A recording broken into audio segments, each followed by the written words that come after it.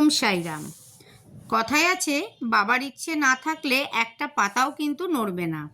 কেন বললাম সেই গল্পটা তোমাদেরকে পরে বলছি।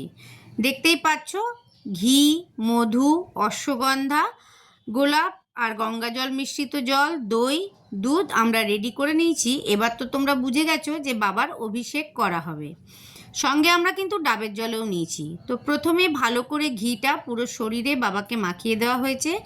তারপরে আমরা মধুটা পায়ে দিয়ে এবং মাথায় দিয়ে তারপর এটাও আমরা পুরো শরীরে বাবাকে মাখিয়ে দেওয়ার পর আমাদের দুজনকে হাত লাগাতে হয়েছে, কেননা সময়ের একটা ব্যাপার আছে। সময়ের মধ্যে সব কিছু করবো, এটাই আমরা ভেবেছি। তারপরে ভালো করে বেশি করে দই নিয়ে একদম পুরো গায়ে বাবাকে সুন্দরভাবে মাখিয়ে দেওয়া হয়েছে। তারপরে দুধ দিয়ে আমরা স্নান করিয়ে দিয়েছি। এরপরে যেটা দিচ্ছি এটা কিন্তু অশ্বগন্ধা, যেটা আমরা শিরডি থেকে এনেছিলাম।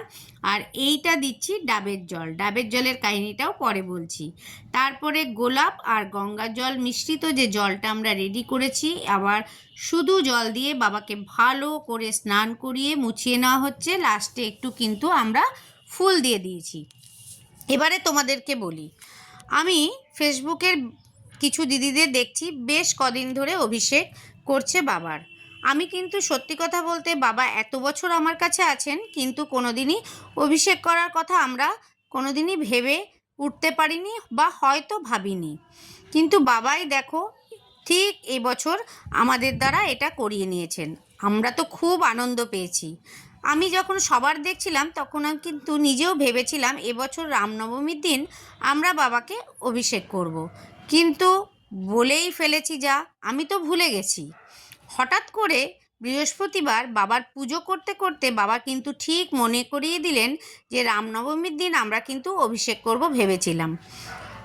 যথারীতি বাবার সহায়তায় আমরা বৃহস্পতিবারেই যা যা লাগে মোটামুটি সব নিয়ে চলে এসেছি, এবং নতুন কাপড়ও দেখতেই পাচ্ছ বাবাকে পরানো হচ্ছে। এটাও কিন্তু মণ্ডলবাবু নিয়ে চলে এসছেন, তবে এটা আসানসোল থেকেই নিয়ে এসেছেন, কেননা শিরডি থেকে যা আনা হয়েছিল সব কিন্তু নতুন বস্ত্র পরানো হয়ে গেছে।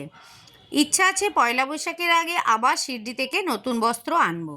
তো দেখতেই পাচ্ছ ছোটো বাবাদেরও অভিষেক করানো হয়ে গেছে, তাদেরকেও নতুন বস্ত্র পরানো হয়ে গেছে। এবারে কিন্তু বাবাকে ধুতি পরানো হয়েছে, সঙ্গে উত্তরীয়। আমার মেয়ে বলেছিল শিরডি থেকে যে বস্ত্র আনবো সেটা কিন্তু গোলাপি আনবো।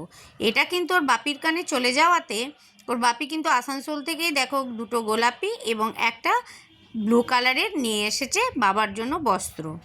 খুব সুন্দর বস্ত্রগুলো, খুব স্টাইলিস্ট। আর এই যে ফুলটা দিচ্ছি, যখন ফুল হওয়ার দরকার ছিল তখন কিন্তু ফুলগুলো হয়নি। এখন যেহেতু সিজন প্রায় অফ, তাই দেখো ফুলগুলো লাস্টে যাওয়ার আগে আমাকে নিরাশ করেনি, ফুলগুলো হয়েছে। তাই ভাবলাম বাবার পায়ে দিয়েই দিই। আমার ঘরে খুব একটা ফুলের গাছ হয় না, তো বাবাকে মালাও পরিয়ে দেওয়া হয়েছে, মুকুটও পরিয়ে দেওয়া হয়েছে, সুন্দরভাবে সাজিয়ে গুজিয়ে দেওয়া হয়েছে। প্রত্যেকটা ঠাকুরকেই সুন্দরভাবে সাজিয়ে গুজিয়ে দেওয়া হয়েছে। অভিষেকটা করে মনটা খুব ভালো লাগলো, বাবাকে চটকে চটকে আদর করতে ইচ্ছা করছে। সঙ্গে বাবাকে দেখো আমরা ভাবলাম লুচি আর পায়েস দেব। যেই না বলা মণ্ডলবাবুও রাজি। তো লুচি আর আলুর তরকারি আর পায়েস করা হয়েছে, এবং সঙ্গে লাড্ডুও দেওয়া হয়েছে। বাবাকে একটু আদর করে দিয়ে আমি মাঝে মধ্যে, আমি তো হামিই খেয়ে নিই, কিন্তু এখন তো তোমাদের সামনে সেটা দেখাতে পাচ্ছি না। আমিও একটু সাইডে বাবার পায়ে একটু প্রণাম করে নিলাম, আর বাবাকে একটু আদরও করে দিলাম। আর ডাবের গল্পটাও বলে দিই।